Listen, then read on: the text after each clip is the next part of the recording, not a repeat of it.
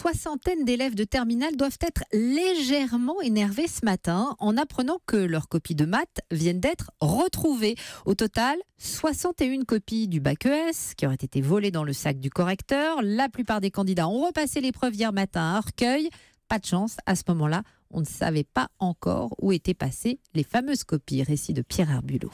C'est l'histoire du sac à dos le plus recherché de France. Quand une serveuse du bar Les Initiés dans le 18e arrondissement de Paris le retrouve vendredi, elle n'imagine pas une seconde avoir mis la main sur les 61 copies disparues du baccalauréat. Pour elle, c'est juste un sac gris oublié par un client, un homme plutôt jeune venu prendre un café entre midi et 2.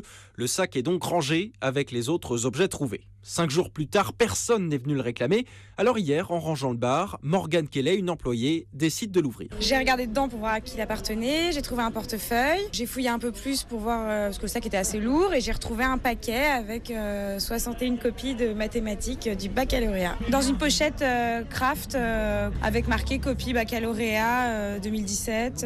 Là, je me suis dit, oula, on tient quelque chose. J'ai pensé quand même aux pauvres élèves qui ont dû repasser l'épreuve, quoi. D'après elle, le visage de l'homme venu prendre un café n'est pas celui de la photo de la carte d'identité. Le sac aurait donc pu être volé puis laissé là volontairement. Depuis, il a été déposé au commissariat du 18e arrondissement.